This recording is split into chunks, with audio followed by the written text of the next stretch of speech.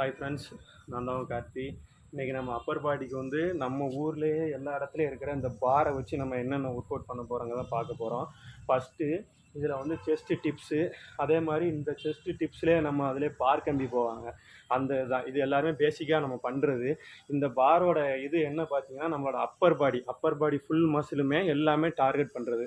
அதாவது shoulder, byes, dries, wings, late, வேறு drop எல்லாமே ஆக்டிவேஷன் பண்ணுறது.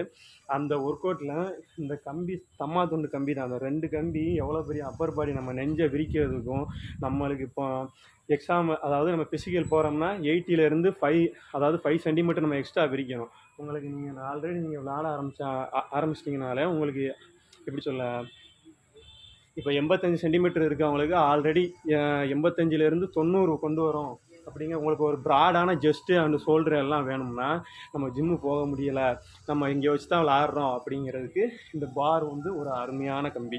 இதில் ஃபஸ்ட்டு ஒர்க் அவுட் என்னென்னு பார்த்தீங்கன்னா, நான் எப்பயும் போல் என்னோடய அப்பர் பாடி எப்பவுமே ஜிம்முக்குள்ளே உள்ளே விளாட போகிறேன்னா ஃபஸ்ட்டு வார்ம் அப் செட்டாகவே செஸ்ட்டு டிப்ஸு இதில் பார் போகிறது விளாண்டு போயிடுவேன். இதில் வந்து விளாண்டோம்னா கால் சூம்பிடும், ஆள் இதாகும் அப்படிலாம் சொல்லுவாங்க.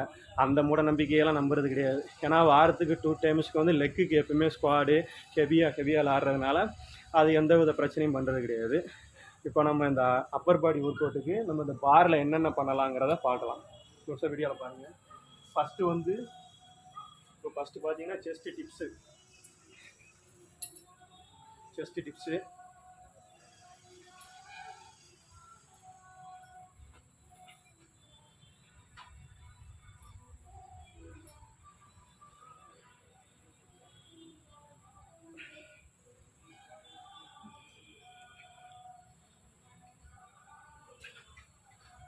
டிப்ஸு இது நார்மலாகவே நீங்கள் சாதாரண தண்டால், அதாவது ஹெவியாக அதாவது தண்டால்லையே இப்போ உங்களால் 10 கவுண்டு போட முடியும், எக்ஸ்ட்ரா 2 போடும்போது 12 ஆகும். அந்த 12க்கு மேலே உங்கள் உடம்பை தாண்டி நீங்கள் தனியாக போடுறீங்க பார்த்தீங்களா, இப்போ 15 போட முடிகிற இடத்துல 20, 25 அந்த கவுண்டு கூடும்போது, அந்த ரெப்புடேஷன் கூடும்போது நம்ம மசிலில் இருக்க பெயின் இருக்குது பார்த்தீங்களா, அதுதான் ஸ்ட்ரென்த்து.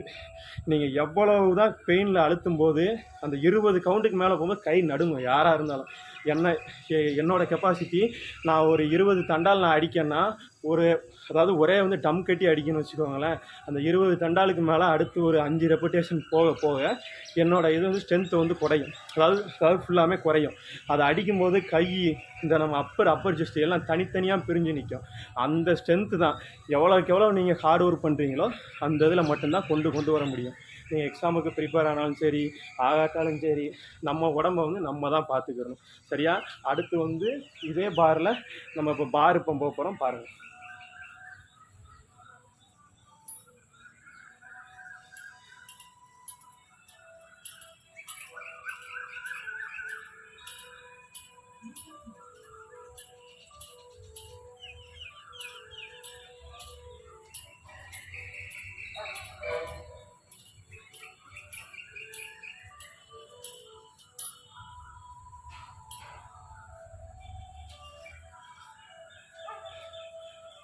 இதிலே நான் பாரில் வந்து ஃபார்வேர்டும் பேக்வேர்டும் போயிட்டு வந்துடுறேன். ஃபஸ்ட்டு என்னால் முடிஞ்சது ஃபார்வேர்டு மட்டும்தான் போக முடியும். அதுக்கப்புறம் நம்ம உடம்பு வந்து அதுக்கு தயாராக மட்டும்தான் நம்மளால் பேக்வேர்டு வர முடியும். இதிலே ஒருத்தவங்க அந்த கம்பியை வளைச்சி விளாட்றவங்களே இருக்காங்க, நம்மளை விட பெரிய விளாட்டுக்காரங்களாம். ஆனால் பார்க்கவே தெரியாது. ஏன்னா அதனால் நம்ம ஒரு எக்ஸாமுக்கு படித்தாலும் சரி, எப்போயுமே நம்ம உடம்பு ஃபிட்டாக வச்சுக்கிறது நமக்கு நல்லது. சரியா? அதே மாதிரி நம்ம நார்மலாக நம்ம ஊரில் இருக்கிறத வச்சு விளாட்றதுக்கு இந்த பார் கம்பி, புல்லப்ஸ் கம்பி இது 2மே போதுமானது. அதுக்கப்புறம் நீங்கள் லெக்குக்கு ஜிம்மு போகாமலே ஆக்டிவேஷன் பண்ணோம்னா, நம்ம ஹோம் ஒர்க் அவுட்லேயே ஸ்குவாட்ஸ் இருக்குது, வால் சிட் இருக்குது, இந்த மாதிரி இருக்கிறத பண்ணாலே போதுமானது. நார்மலாக மெயின்டைன் பண்ணணும் அப்படிங்கிறவங்களுக்கு.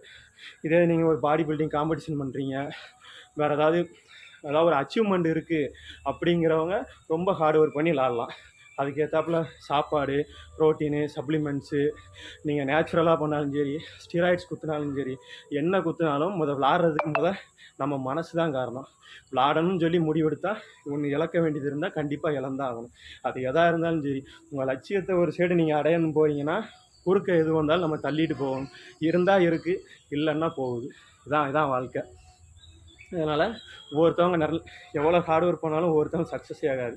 அந்த இதில் நானும் ஒருத்தன். அதனால் நீங்கள் எக்ஸாம் பாஸ் பண்ணிட்டீங்க, அடுத்து பிசிக்கல் போடணும்னா எக்ஸாம் எழுதுறதுக்கு முன்னாடியே எப்படி நீங்கள் உங்கள் மென்டலி நீங்கள் ப்ரிப்பேர் ஆகுறீங்களோ அதே மாதிரி ஃபிசிக்கலி நீங்கள் ப்ரிப்பேர் ஆகணும். அது இருந்தால் தான் எப்போயுமே ஃபிட்டாக இருக்க முடியும். உள்ளே போகிறோமா, நம்ம ரோப் ஏறினோம்னா நம்ம தான், ரன்னிங் ஓடணுமா நம்ம தான் பேர் நிற்கணும்.